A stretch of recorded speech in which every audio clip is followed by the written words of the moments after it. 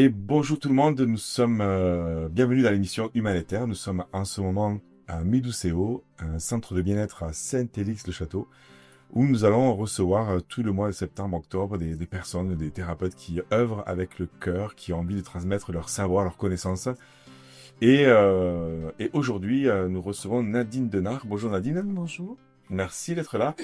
Ben, avec grand plaisir. Ça me fait vraiment, ça me touche au cœur. Voilà. Ah, mais en tout cas, on va aller parler de deux sujets qui t'intéressent, mais qui te parlent, en tout cas, que tu as des choses à transmettre. Le premier, c'est surtout les réflexes archaïques.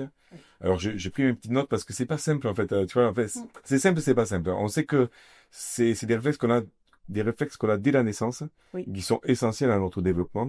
Oui. Même Et à notre sortie. à la sortie aussi? Oui, en fait, c'est grâce aux réflexes qu'on peut sortir du ventre de la mère. D'accord. Voilà. Donc, il y a un certain nombre de réflexes qui vont nous aider à sortir, à vraiment passer au col du terrain, à déclencher même l'accouchement, la naissance, à sortir. Et c'est aussi parce que parfois le passage est un peu long ou trop rapide ou ne se fait pas dans la voie naturelle, que certains réflexes restent encore, on dit, actifs. Ah ouais, c'est-à-dire que si un enfant naît, en fait, qu'il n'arrive pas bien à sortir, s'ils sont en césarienne, ce que tu veux dire, c'est il peut avoir des réflexes qui sont encore présents Oui, dans sa vie. oui, Et ils vont rester actifs, donc présents. Alors, c'est pas, on va dire, une déduction. D'accord? Oui, c'est Voilà, pas obligatoire. voilà, Ok. incontournable, mais ça fait partie des choses que moi je demande quand je rencontre une personne, de la façon dont elle est venue au monde, parce que ça prédétermine effectivement comment le corps peut s'organiser et comment certains réflexes vont rester Il faut, en action. il faut s'en rappeler. Donc, en fait, ouais. Se rappeler. Mais ouais. Maintenant, j'espère qu'il y aura des caméras pour savoir comment tu es sorti. Ouais. Non, mais c'est vrai que du coup, ça induit se dire que les réflexes archaïques commencent dans le ventre de la maman Oui, et au moment de la naissance, oui. et ça va jouer sur la vie après. Oui, le tout premier réflexe qui s'appelle le réflexe de peur paralysante, c'est dans le ventre de la maman qui permet au bébé en fait de se mettre dans un coin, de se faire tout petit.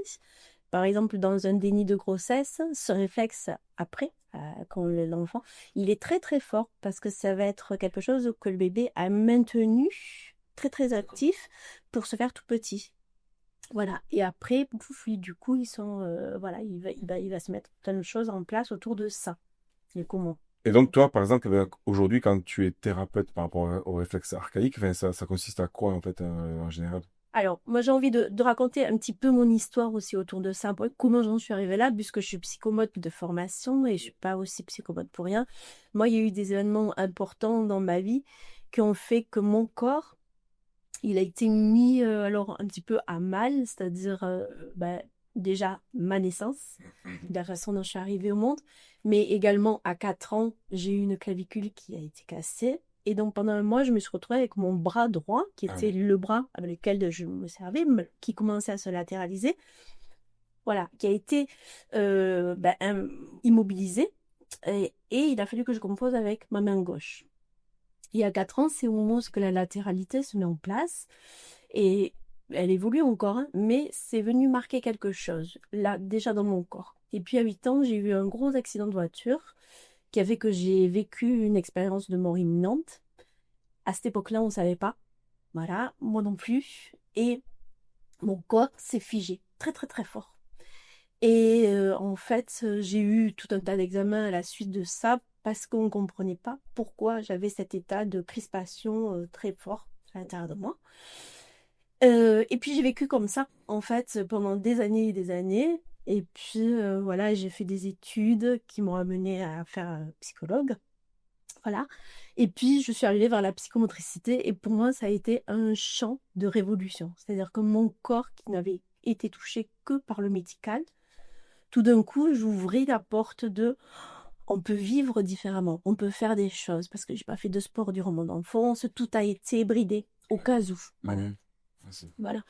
Et moi, je fais partie des enfants pour qui on a porté un diagnostic très très tôt en disant tu seras en fauteuil roulant. Ah ouais. Voilà. Donc à 10 ans, j'étais destinée à aller en fauteuil roulant. Voilà, il y a eu tout un aménagement de fait dans la maison de mes parents, enfin voilà, tout un tas de choses. Et là, à partir de là, moi j'ai découvert mon corps avec la psychomotricité déjà, Et on m'a dit, bah tiens, en fait, t'es dyspraxique. Ok, et je fais quoi de ça? Donc j'ai appris effectivement à soigner les autres, à accompagner les autres là-dedans, mais par rapport à moi, je sentais que je composais, mais que c'était toujours compliqué de faire fonctionner mon côté droit et mon côté gauche ensemble. Ça connectait pas super bien. Donc j'avais renoncé à faire de la danse, des chorégraphies, enfin, j'avais renoncé à pas mal de choses. Et puis est arrivé les réflexes archaïques dans ma vie. Donc je m'y suis intéressée, j'ai beaucoup lu autour de ça. Et en 2018, j'ai passé le cap. Je me suis dit, allez, je me forme. Et là, vraiment, j'ai senti pouf, la bascule dans mon corps en disant, ah, ça peut se fluidifier. Ça Ah oui. peut être vraiment différent. Voilà. Donc, de la problématique, t'as trouvé une solution, une force, et ça a débloqué des choses Oui, en toi, quoi. oui. Et à partir de là, en fait, j'ai vraiment décidé de travailler dans l'accompagnement avec les réflexes archaïques parce que ben, c'est complètement différent. Il y a une part d'engagement où la personne doit être vraiment actrice de son dynamique, hein, sa dynamique d'évolution. Moi, je demande aux personnes de venir avec un objectif, donc que ce soit les enfants ou les adultes. Qu'est-ce qui pose problème? Ça peut être les troubles du sommeil, de l'endormissement, ou bien un problème de graphisme. Et puis, ça peut être aussi la cigarette, hein, tout simplement. Voilà. Et, et en fait, qu'est-ce qu'on fait avec ça et comment c'est? Voilà. Donc, la première séance, ça va être une séance où on fait vraiment connaissance humainement, cœur à cœur, dans l'authenticité. Et ensuite, j'ai tout un protocole d'intégration qui permet de sécuriser le corps au maximum. Et dans cette sécurité-là, comment les réflexes archaïques parlent? Qu'est-ce qui vient de se mettre en avant? Mais en fait, pour essayer de comprendre comment ça se passe la séance, parce que tu dis que t'as un protocole, mais c'est comme la kinésiologie, c'est quoi? T'appuies sur des Et points, enfin, comment ça se passe? alors, en fait, c'est un protocole qui est en plusieurs étapes et qui va permettre au corps, par des pressions, Ok, c'est par pression. des étirements, Ok. par des mobilisations, par des caresses, je termine toujours le protocole par mon couverture lestée. Mm. Comment dans cette sécurité-là, le corps va s'organiser. Et donc moi, quand j'explique les réflexes archaïques, je compare toujours ça au câble électrique. Tu vois, par exemple, ici, on sait qu'on va appuyer sur un bouton pour allumer la lumière et l'éteindre. Ouais. Voilà. Et en fait, ce qui se passe, c'est que nous, on a connu et on connaît parfois encore l'époque des ampoules qui grillent et qui vont... Ouais. Voilà, on s'allume et ça marche pas. Mm. Voilà. Et bien, en fait, dans le corps, c'est un peu comme ça. Les réflexes archaïques, ce sont tous ces faisceaux neuronaux. Donc, voilà, j'ai amené un câble électrique. Et, par exemple, tu vois, c'est bien parce que tu vois, dans un câble, il y a deux fils Ouais.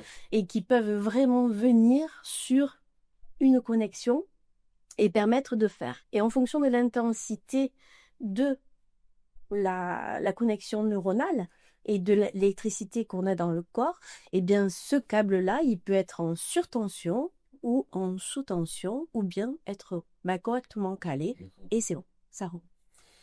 Ok, je comprends un peu plus, ouais, c'est vraiment par la pression, par la couverture lestée à la fin, donc c'est, qui peut remettre les câbles en marche, en fait, ou en tout cas qui vont soit diminuer l'intensité, soit l'augmenter.